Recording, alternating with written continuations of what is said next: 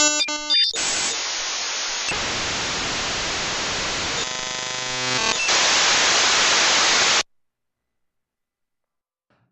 everybody, welcome to the Token Nerd Podcast, where we ramble on about geeky things ranging from Batman to pop figures to Star Wars. I'm Anthony Pettiford. And I'm Travis Lyinks.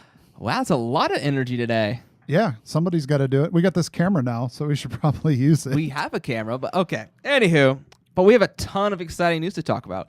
And that might be where that vigor came from. Yeah, because I'm so excited about this new franchise revival. Yeah, so we've heard rumors, and we'll just jump straight into it, that the Universal, I believe it's Universal, is getting a franchise of their own. It's not they're not getting a franchise. They're bringing starting back a franchise. Yeah, but okay, when I say franchise, I mean a universe. Because, anyway, this is The Mummy.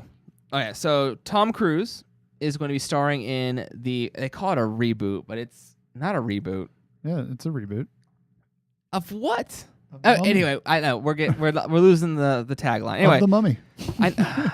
Okay, so The Mummy. There were some movies in the early 2000s, late 90s. I know.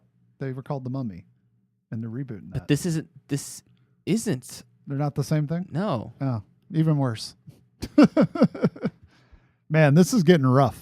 Anyway, so Tom Cruise is in this new movie, The Mummy, which is based off, not based, but it's similar to the horror, the classic horror movies with Frankenstein, Wolfman, The Mummy, obviously, and the Thing from the Black Lagoon. Well, Universal is getting ready to launch their monster universe, and so this will be the first installment of it, and we just got word that Russell Crowe has been confirmed and is joining the cast of it. His role apparently will be Dr. Jekyll, who is famously known for being the archetype for Hulk. Yeah. Dr. Jekyll takes a serum, which turns him into Mr. Hyde. If you ever watched The Page Master, you'll get that little reference. Yeah. I'm getting less and less excited the more and more we talk about this. Yeah. See, I love the fact that Travis had no idea the concept of this. No. Nope. I had no idea, I guess. I thought when I read about this, I was not paying attention apparently, and I thought it was the Mummy from like the early 2000s was coming back. No. So different one, huh? I was assuming that this movie would be more like League of Extraordinary Gentlemen. Yeah, that's what it's starting to sound like. That was a really bad one. But we don't know. We know that we're going to see a Wolfman. We're going to see a Frankenstein. But this is the beginning of it. It just, they're just following suit of what Marvel, DC, and technically what Godzilla is doing. Yeah, I mean, the thing with this is, do we really need this? I don't think we do. No, we don't. Because I think the reason the Universal monsters, like the classic Universal monsters, the reason they like resonate and do well is because of the style that they are. The classic movies, those look really cool as far as like nostalgia factor. Yeah. They make really cool like figures and shirts and prints, and people love like remembering that stuff. Mm-hmm. I don't know that we need to bring it to the 21st century. Excuse me. But there is like an entire generation of kids that probably have no clue. So I guess maybe this is a chance to pull those guys in and not worry about people that remember the old stuff. Yeah. Well, I'm all for it. Did you ever see the recent Wolfman with what's his name? Del Toro. Del Toro. Yep. No, haven't seen that one. No, it was just Wolfman. It had Anthony Hopkins in it. Okay. I remember this came out. I did not see it. Well, it was a monster movie, and I actually really like monster movies where a creature features. I don't, not for the whole everything's a ghost or possession movie now. Yeah. It turns into that kind of like Van Helsing crap. Yeah. When you start doing that. But I'm not saying Wolfman was good. Yeah. But it was you couldn't watch it again. It's a one-time deal. It took I had to wait 9 or 10 months before I could watch it a second. Because it's long and it's boring. But the first time you watch it, you're kind of like, you're not selling this to me. It's long and it's boring. That was the way you advertised it. Well, I told you it wasn't great, but it's worth watching anyway. But that's what's coming up. But speaking of movies we didn't ask for, Power Rangers.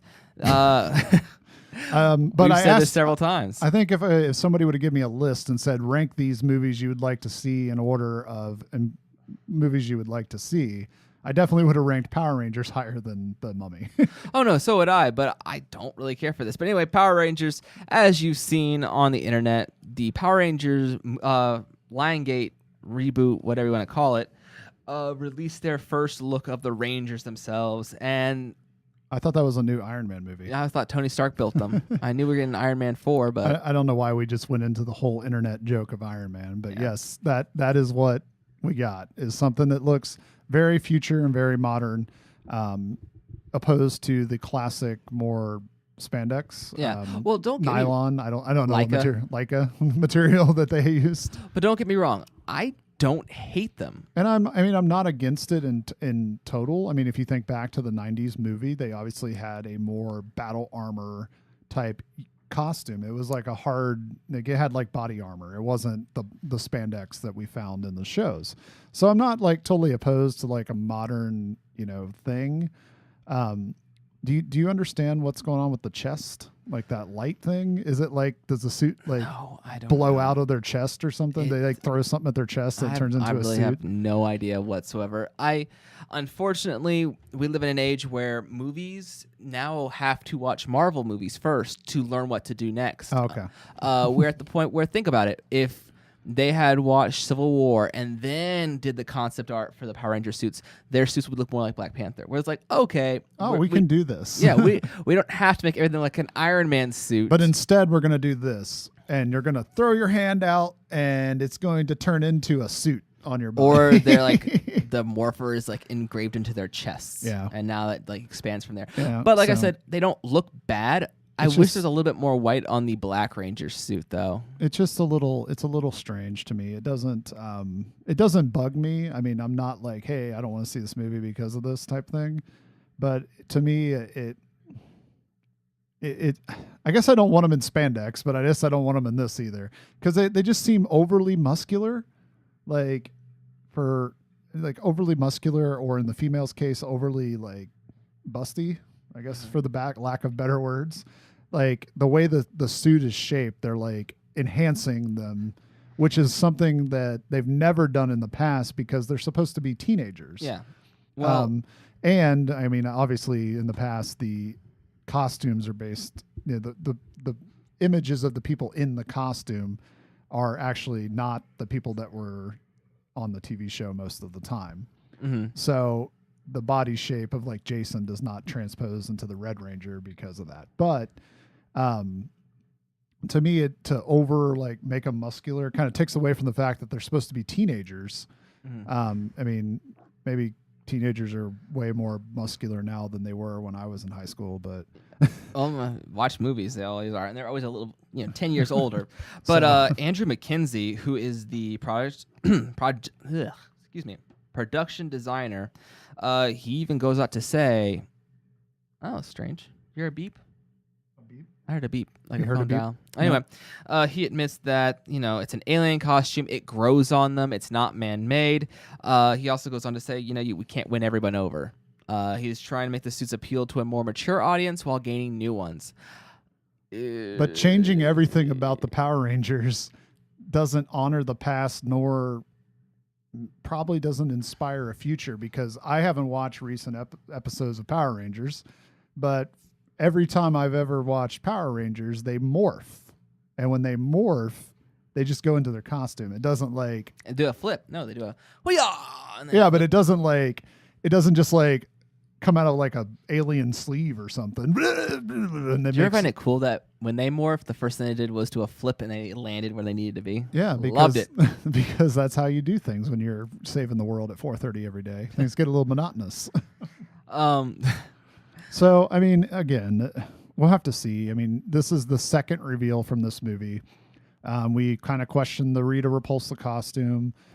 Hate it. Absolutely hate it. This is kind of another one that's like, okay, they're obviously not going in a direction that we, as classic Mighty Morphin Power Ranger fans, are into. But they have released, there's this concept art that has been leaked. I'm not sure if it's official or real, but it looks like a Dinozord, but it looks like a Transformer. Maybe it's a Beast Wars Transformer because Yeah, because the Tyrannosaurus is what it was, and that's what it kind of looks. I want to see that when they become the Megazord, because that's got to be the big climax of the movie. I want to see them transform together, and the T-Rex is visible, the Triceratops is visible. Like, you see how it morphed into this thing. Yeah. I don't want it to be like Transformers, where it's like it big unweaves ball itself. of silver. Yeah, but it breaks off into so many sophisticated little pieces, and then it somehow puzzles together. Whereas this, I want it just attached like a toy. Yeah, like that's part of the excitement of the vintage Power Ranger show and the toy is that they showed, kind of like it's rolling up and they all kind of click together, and then they get to a point where they stand it up, and then the little pterodactyl flies in, clicks in, and you got a Megazord. Even though they showed you that in probably nearly every episode of that show, it was always exciting to see that thing come together as a kid. And I know, again, they're going for a more mature audience because they think the people that are going to want to watch this are 30 years old. But that's who you've pissed off, are the 30-year-olds. Yeah, like, I mean, we're not mad, but we're not. As hell, and I can't take it anymore. I think this is I feel like sometimes with this stuff, like, again, I probably shouldn't care because I'm nearly 30, but at the same time, it's like you're almost standing here and you're like, keep off my grass, children. Yeah. Like at a certain point, it's like I feel like I'm getting old and like gruffy about things. Well, they are saying that they're trying to attract new fans, just like Becky G, who is playing the Yellow Ranger, who has gone on to quote, "It is the coolest costume ever," Becky G says, "and I'm going to wear it for Halloween for like 5 years, totally." Yeah. Is that a legit quote? That's a legit quote, except for the like and totally. Oh, okay. Yeah. That was the part I was like, is that a legit No, quote? no, she says, "I'm going to wear it for Halloween for like 5 years." Wow. I mean, she's predicting 5 sequels. That's what she's it is. banking on there being 5 sequels. What she doesn't know is they replaced the Yellow Ranger like flies. So yeah. Well, you guys can look forward to more not spoilers, but more news and information being leaked out because the movie is coming up. It is going to be in March 24th, 2017. So it stayed less than a year away, and it stayed from the last time we talked about this movie because 2 times ago it was on January. So it stayed in March. It hasn't moved yet. Oh yeah. Well, speaking of giant dinosaurs, we've got some Godzilla versus King Kong news. Raw. This is actually a reboot, technically. Godzilla! But no, Warner Brothers has good news and bad news. The bad news is Godzilla 2, the sequel to Gareth Edwards' 2014 kaiju reboot, has been pushed back 9 months to March 22nd instead of being May 29th of 2020. Okay. Oh, sorry.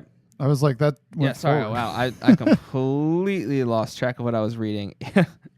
Because that totally went backward or forward. Yeah. It's not Sorry. backwards. It will now open March 22nd of 2019 instead of June 8th, 2018. Okay. There we go. All right, but on the bright side, the battle between Godzilla and King Kong is now going to be on May 29th, 2020. I mean, I'll be honest. I'm not really. I kind of want to see this movie because I want to see Godzilla and King Kong fight. But take time. Don't rush into this because this is gonna be one of those movies where you have to figure out why is Godzilla so big. How is King Kong going to combat him? I think they'll just shrink Godzilla and expect us not to notice. Or they're gonna make some excuse like the radiation of their fight shrank him. Of his first fight that he had in the first movie. He fell in some water and it had radiation in it or something. Or they ran radiation. Out of. They got a new kaiju. Godzilla. Yeah, but I know they moved it back because they were afraid of it going against Transformers 6. I wouldn't be scared of that. I'd go see Godzilla. Oh no! Be scared. It's an awful movie. Let's not joke about the fact that Transformers the franchise sucks. But it still sells. But it sells. Kids go there. When are they going to do age. Beast Wars? If they do Beast Wars, I'll go see it. No, don't let Michael Bay piss over. No, Michael Bay. Don't put ideas out there. I'm just saying, if they do that, I'll go see it. No, because apparently you say things and this crap happens. I know. Speaking of which, we're going to transition to. This is not actual news. I want to point out. This is a rumor. But we're speculating. No, we aren't speculating. I'm just reporting on a rumor that I saw online that you pushed for me to report. So, rumor mill starts right now. A Black Widow movie. has been commented on. Commented on by Kevin Feige. Who is pretty important as far as Marvel Cinematic Universe is concerned. Anyway, Kevin Feige says that there's a chance that they will make a Black Widow movie. Yeah. I mean, again, there's 10 movies. Well, there's several that movies been slated up till 2019. Yeah, but now everything now has been blown open because when they moved Inhumans, it opened up the door to let's put in a bunch more movies because, hey, we're not really done with these characters that we thought we were. Yeah. So I think this is another indication that we're going to get some big news probably later this year, either at one of the Comic-Cons or just some random time when Marvel decides to talk about it, because I think that 2019, right? That's when Inhumans was supposed to be. Yes. And that's where they added the 3 movies. Mm-hmm. I think that is about to be, hey, phase 4. Phase 4, here we come. So let's comment about this because I was going to wait and use this as a roundtable discussion, but do you think that we should have a Black Widow movie? Not should there be more females in movies? That's not my question. I think as a movie, Scarlett Johansson can carry it. The character itself, I don't think can carry it on its own, but it can be a Captain America style story where she's the lead, but there's all kinds of other stuff going on within the story as well.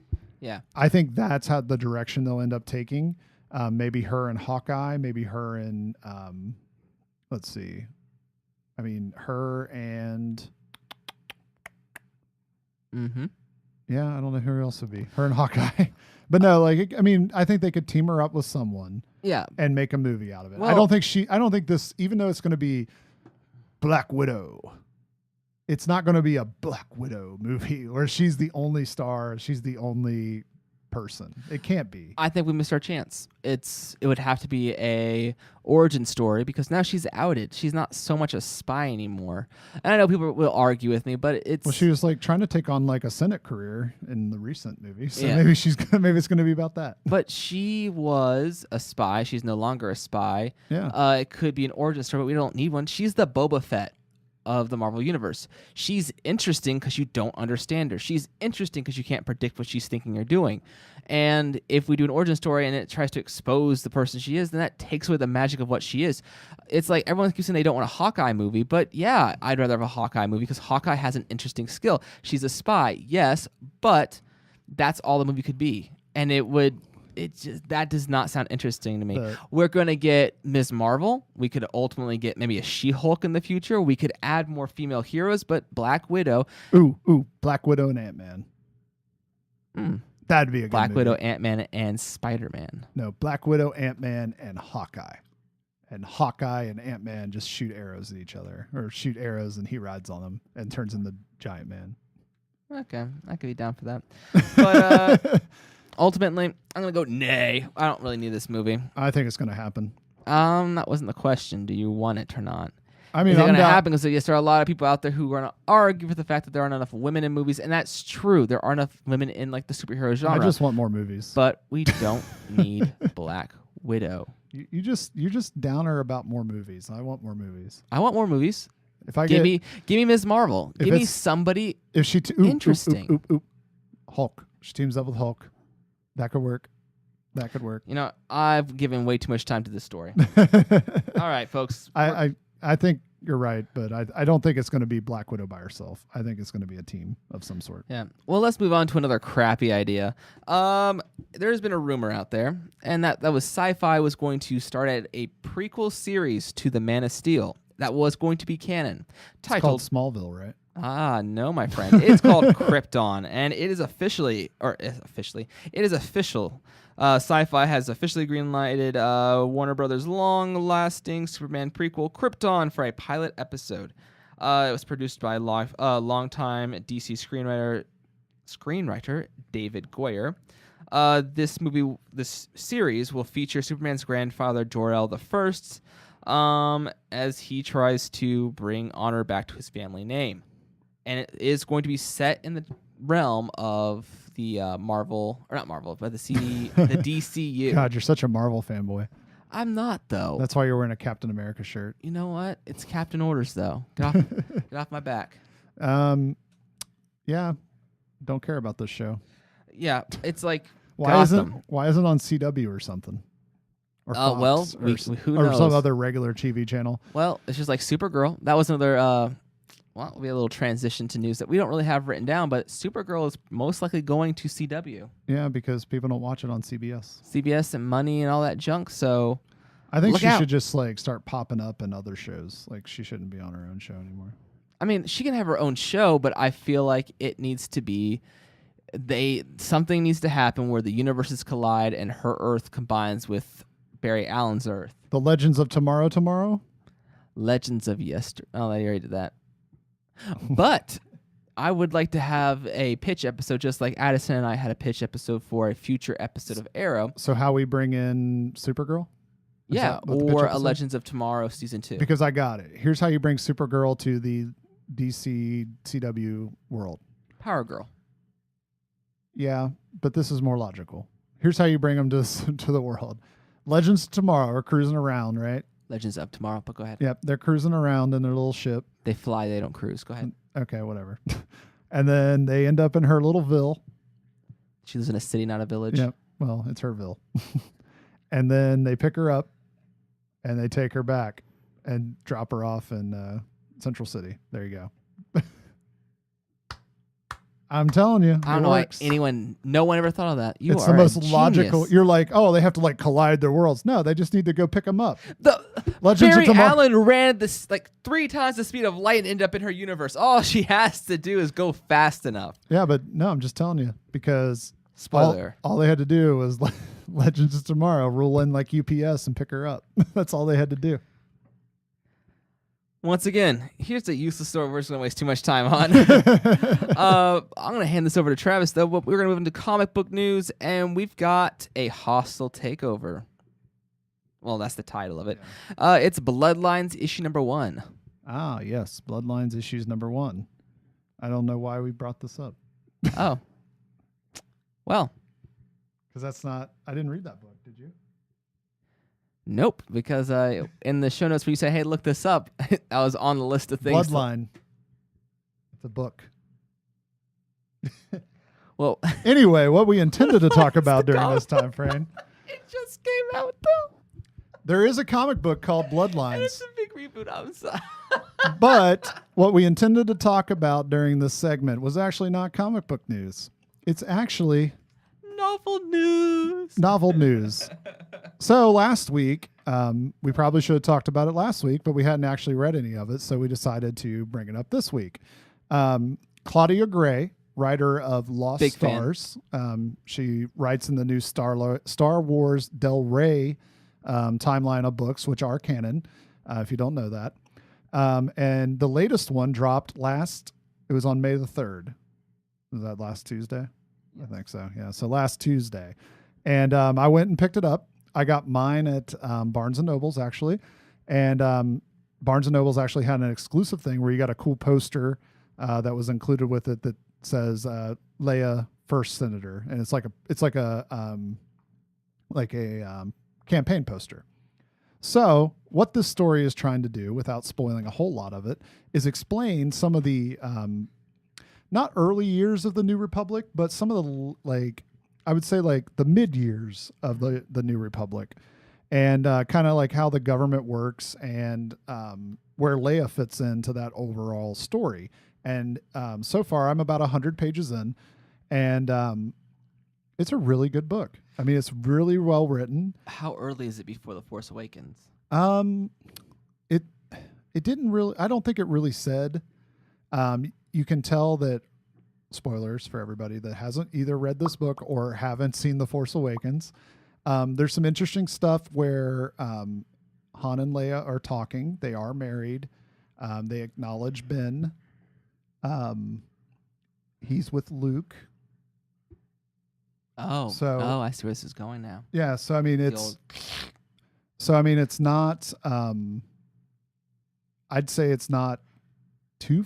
It's far, but not that far before Force Awakens, and it's about 30 years after Endor. So I thought The Force Awakens took place 30 years after Endor. maybe it's 20 years after Endor then. All right. Well, yeah. So we'll play. So within 30, it's Yeah, in it's- 10 years, 5 years, yeah. within 5 years. Yep. So, so far I really enjoyed this book. It's a good read. As soon as I got in it, I stuck with it, and I'm a horrible reader. I really suck at reading books. I bet I can count probably 15 books on my hand in my that I've read, and it sucked me right in, and I just keep reading and reading. And it's a quick read as far as everything flows. It's not like you're not going to read 10 pages about dirt. Like it's written really well. And if you enjoy like politics and things like that as well, this is going to mirror some things that are going on, maybe not currently, but have gone on in our own political scale, political scene, as far as like what you kind of think goes on behind closed doors and stuff like that. And I like it. I mean, I think it's a really good book, and it actually kind of has me excited to check out more Claudia Gray books from this series. And I think I'm going to make another stab at Aftermath after I finish this. Gonna try. Yeah. I mean, it wasn't Aftermath. What I read, it lost me because it was kind of spotty. Yeah. As far as like one chapter is about one thing, another chapter is about another. I'm sure the further you get into it, maybe it eventually comes together. Mm-hmm. But I think he was kind of his hands were tied because Force Awakens wasn't out yet, and there's actually 2 more books in that series of Aftermath that are going to be coming out. And I suspect they might be better. Okay. So we'll see. But if you are into reading or you're into Star Wars, check out Claudia Gray's Bloodline. So far, how many tokens would you give it out of 5? I'm not very good at reading, like I said before, but I'm going to go with about a 4. 4? Yeah. Not a bad score. I don't know a whole lot about books, so I'll say that's a They that's have a 4. words in them. I know that part, but All right. Well, let's. I don't know good books versus bad books, I guess is what I'm saying. I gotcha. Well, let's move on to a more interactive pastime that our generation has adopted. Video game news. Woo. This is actually some really exciting news. The Nintendo NX got pushed back. No, I'm just kidding. No, Pokemon Sun and Moon has released their first gameplay trailer, and it not only showed us your character, it showed us the 3 starters, and it showed us what I think might be your rival, but it also shows the 2 legendary Pokemon that will be represented on the Sun and Moon cartridge. There are no names for the new legendaries, but your starters are... Not Pikachu. No. There's a grass flying, which is Rowlet. There's a fire type Litten, and there's the water type Papillo. Papillo looks like a seal, Litten looks like a kitten, and Rowlet looks like an owl. Do you think the kitten's like a descendant of Mew? They're all descendants of Mew. I know. That's why I said that. Anywho. What about Meowth? Meowth? Meowth. However you say his last name. Meowth. Maybe he's a descendant of Meow.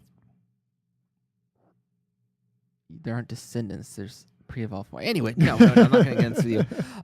The game will be coming. Will be worldwide. Well, there'll be a worldwide release of Pokemon Sun and Moon on November 18th, 2016, in Australia, U.S., Japan, and let's see, and Europe.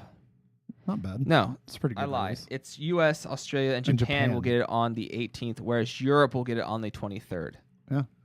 The game will take place in the Aloha. I think it's Aloha.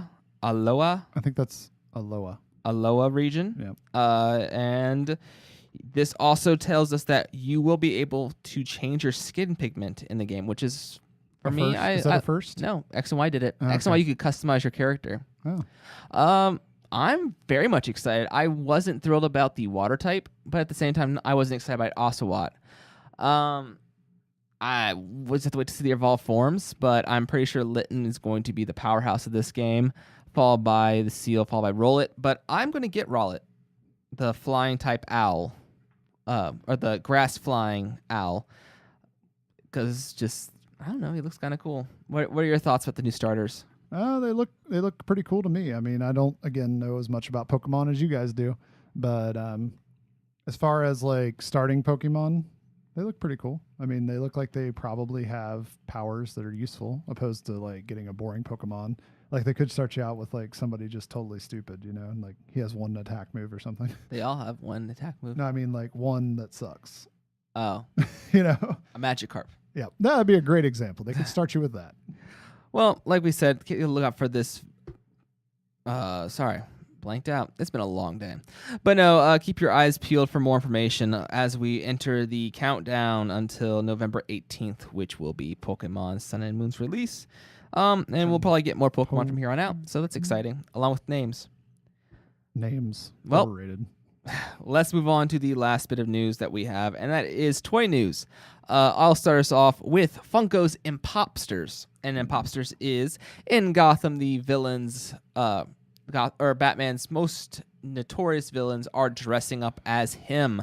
We will have, it ranges from the Penguin, Two-Face, Scarecrow, Riddler, Harley Quinn, and I think that's it. You said Penguin, right? Yes, and they will all be in the Batman. Two-Face? Two-Face, sorry, I said Two-Face, Okay. and Scarecrow. Scarecrow, yeah, I think you got them all. But they will all be done as Batman, but Batman will have a paint job that will look like the villains. Yeah. We will also get a Harley Quinn and Poison Ivy version of Batgirl. So as you know me, I have a Harley Quinn shelf and a Batman shelf that are separate. So you're going to be torn. Where do I put them? In the center? It's just they not, get their own shelf. Impopster that might shelf. be what we have to do, an Impopster shelf. That would probably be your best solution. Yeah. But yeah, so I'm very excited for these. They'll be coming out from now until November. I keep saying, but there's not much information except for the weight. They look cool. They've been all over the web. I've seen a lot of people who are saying that they were going to quit collecting pops for a little bit because they hit their limit, and then these came out, and you're like, great, now I have to buy them. I'm back. But speaking of pop figures, they've just released the first look of the 3 figures that are going to come in the Scott Pilgrim versus the World series. Now, this is the movie, not the comic book. Yep. We have... I don't know how they would have did comic book versions. I do. They look like the regular pops. Yeah, but they have really cool poses. Like Ramona, instead of just kind of standing there, she would have her giant Mjolnir hammer. Knives looks actually kind of cool. I can't complain about her. But then we have, because it's gonna be Scott, Knives, and Ramona Flowers. Knives looks cool. Scott is Michael Serna holding the picture of her, which is kind of cool. But it could have had him with his heart sword. Yep. And that would have been pretty cool. Plus, I liked the movie, but the books were so much better. I'm gonna get Knives, and I might get Ramona. Knives. I'm just not sure if I really care to get Scott. Said it. Dropped the mic. You don't care to get Scott, the main guy, the main character. Yeah, it's. I just don't like the poses. It'd be different if it was stylized off the comic book. Because they do that. The Batman figures, all that are all done by comics. And we even have manga pop figures in the other room. We have Dragon Ball Z and Sword Art Online. And they even have announced more pop figures. Ferris Bueller's Day Off. Yeah, it's been a long day. It's been a long day. Guys. Ferris Bueller Day Off pop figures as well. I'm not excited. I don't really care. Yeah, and you know why they're doing it, right? This year is the 30th anniversary of Ferris Bueller's Day Off. We're just reaching for all the anniversaries of stuff. So it's going to be in theaters again. They're doing the what's that event called when they bring in old movies? Retro matinee. No, not retro matinee. It has like a brand name. Throwback. No, they it's like a company. I can't remember that sponsors it. They did like Jaws last year, and they always bring movies. Spaceballs was one of them. I'll tell you a little secret. I've never seen the movie before. You've never seen Ferris Bueller's Day Off? Nope, never. Wow. Yeah. You were a pretty straight arrow kid then. Oh, you know me. All right, so I know that's not all the toy news that we've got. Hit us up, Travis, with some NECA news. Okay, so looks like we're getting wave number 9 of the Aliens 7-inch figures. These highly articulated figures will feature 3 new designs, including Private Celeste Rico Frost and the albino alien, and Jeanette Valquez, which was the first time that she's ever been created as an action figure, specifically in this NECA line, but I believe ever was what I read before. each one of these is roughly about $20, and they should be hitting stores at some point this summer / early fall. Okay. They're pretty cool because these are some of the like kind of, at least Valquez is kind of like the standout character, one of the standout kind of characters from the movie. Yeah. As far as she has like some really stupid catchphrases and stuff, but she just carries this massive weapon throughout a good portion of the movie, and they gave her that on this figure. So it's a pretty cool addition. I believe these were announced shortly after Alien Day, but they did have some prototypes, I believe, at Toy Fair as well. So it's pretty cool to see them. They're mostly in their fatigues, and the albino alien is just as it sounds. It's an all white version of the xenomorph. So Okay. those are pretty cool. Like I said, keep a lookout at Toys R Us, or just pick them up from somewhere like Big Bad Toy Store, and you can grab them for your collection. We also had some news kind of tying to Captain America Civil War. The artist Toma has teamed up with Hot Toys to release a series of figures based on the characters from the new, well, they're not new necessarily, but from Captain America Civil War. He also did a line of these when Age of Ultron came out. But these are called the Artist Mixed series, and they're pretty cool. They're like a stylized version of the characters. So they kind of have their own unique look. And Toma, he's known for creating figures for a long time. He actually started out at Sega, I've heard, back in the day. So if you kind of look at some of his own original figures, they actually kind of have that kind of look. Mm-hmm. And it kind of carries on throughout the Artist Mix series here that he's created with Hot Toys.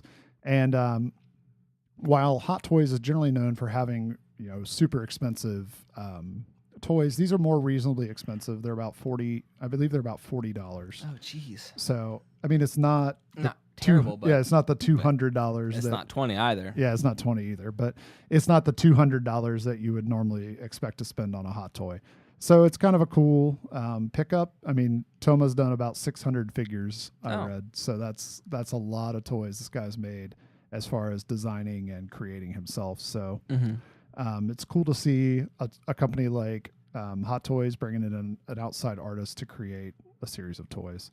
But the series included one standout figure that I wanted to talk about, which was the Falcon Toy. The Falcon Toy actually includes his little like remote control bird thing, red bird. wing. Yeah, red wing. It actually includes that with the figure, and it has a cool little stand that helps stand it up behind him. So that was something I thought really was cool and stood out. And his wings looked really cool as well, just on the figure. So as far as other toy news, I think that's about it, really. I mean, we did have the Hot Toys announce that they are also going to release a Ellen Ripley based on Alien. It's going to be one of their, super expensive, looks like it's going to walk off your shelf figures. But if you're a fan of Alien, this is big news, because you're not going to get a more realistic figure or a realistic version of a character than anything that Hot Toys puts out. So if you're really into that movie, hopefully this is just the first, one of the first figures they announced. I would love to see a figure that includes the suits that they actually go out on the planet in. I'm a big fan of those like spacesuits that they wear. Mm-hmm. So that might be enough to pull me to pull a trigger on one of those figures if they release that. But that's neither here nor there at this moment. Yeah. So I think that's it for toy news. That's it for toy news. Something. But I just want to throw out there one more time that we at Token Nerd are giving away a Marvel Collector Core subscription box that is Civil War themed. Yep. We were paying for the box. We'll pay for shipping. All you have to do is follow the instructions below, which are get onto your Facebook, your Twitter, your Instagram, and share the photo that reads Token Nerd giveaway. It has a Captain America shield and an Iron Man helmet cut in half. It will tell you what to do. You just like our pages, then you hit the like and subscribe button. And for every network that you use, you get an extra entry. So if you just do Facebook, you get one entry. If you do two, or if you do Instagram and Instagram Facebook, or two text entries or whatever, you get two. And if you destroy the world, you get 3. Destroy the world. Wow. Or if you put it on Twitter, That'll get you one too. Yeah. But we'd really just like to thank all the fans, and that's kind of our way was to, kind of help do a contest, and hopefully it helps spread the word about the podcast, and hopefully it helps bring new fans to continue the conversation that is Token Nerd. So that was kind of the idea behind the contest. Yeah. So just follow the instructions. Do it. Like it. We'll like you. We get you in the contest. Yep. But we just want to thank you all. And you can check out that post, and you can check us both out at token_nerd on Instagram and Instagram and Twitter. And our Facebook is just Token Nerd. If you have any comments you want to make, the good, the bad, and the possibly ugly, you can reach us at... Oh, don't do that. There's going to be no text there. No text. It's at tokennerdpodcast@gmail.com. And so, like we have done 6 times already, thank you all for watching. Stay tuned for our... we have a Captain America Civil War unboxing. An unboxing review, of a movie. And we have the first Legion of Collector Core box that we have opened and reviewed. Yep. So check out some of those videos. As always, I'm Anthony. And I'm Travis. Stay spicy, my friends.